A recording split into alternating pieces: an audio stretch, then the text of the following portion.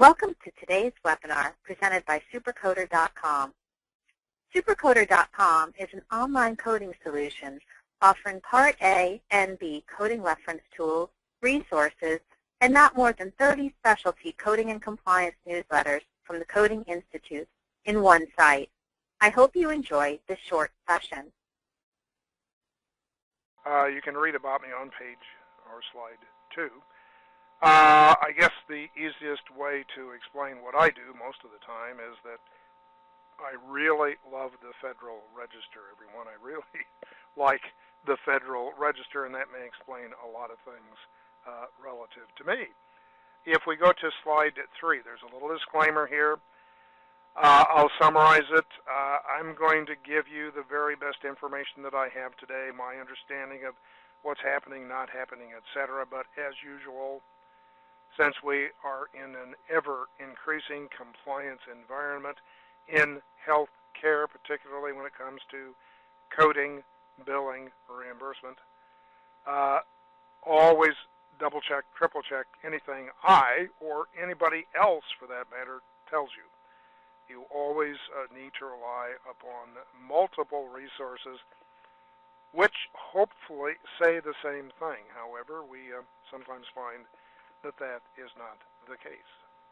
All right, slide 4. Now today we're going to be talking about modifiers.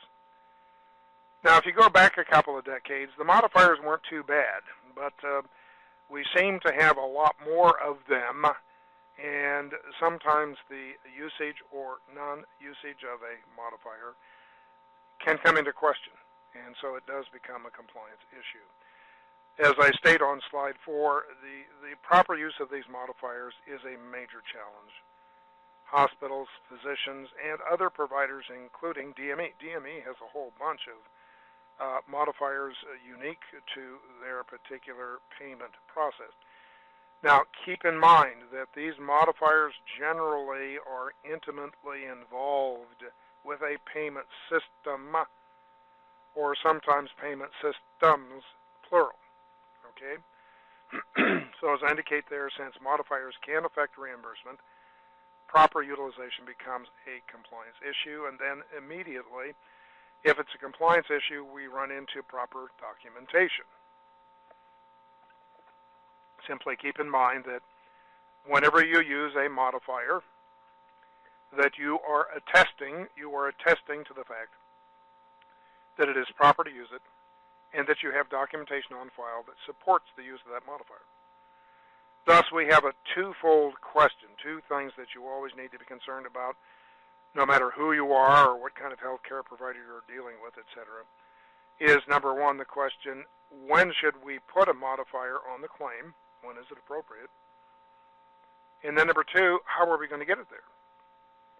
Now, if you have coding staff that does all of the coding, they would be the ones that would make the determination as to whether a modifier is appropriate.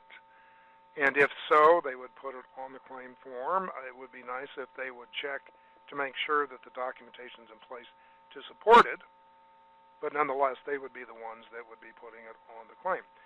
In a hospital setting, we sometimes put the modifiers in the charge master statically, and they simply come out automatically. Now, that's okay in certain circumstances. Just keep in mind, everyone, that this is a compliance issue when you use these modifiers. If we go to slide 5, Now, I've already mentioned that these modifiers are intertwined with the payment systems, and today we'll be looking primarily at the Hospital Outpatient Prospective Payment System, APCs, Ambulatory Payment Classifications, and the Medicare Physician Fee Schedule, which is based upon the Resource-Based Relative Value Scale. So you need to understand the payment systems, the way that claims are adjudicated relative to these modifiers in order to use them properly. Okay? Now, in some cases, the modifiers are payment modifiers. They affect the payment or non-payment. In other cases, they're just informational. They simply provide additional information for claims filing. and the use by the adjudication system. SuperCoder is the fastest growing online reference tool with more than 25,000 subscribers. Call 866-228-9252 to get a free product demo or sign up at supercoder.com for a 7-day free trial.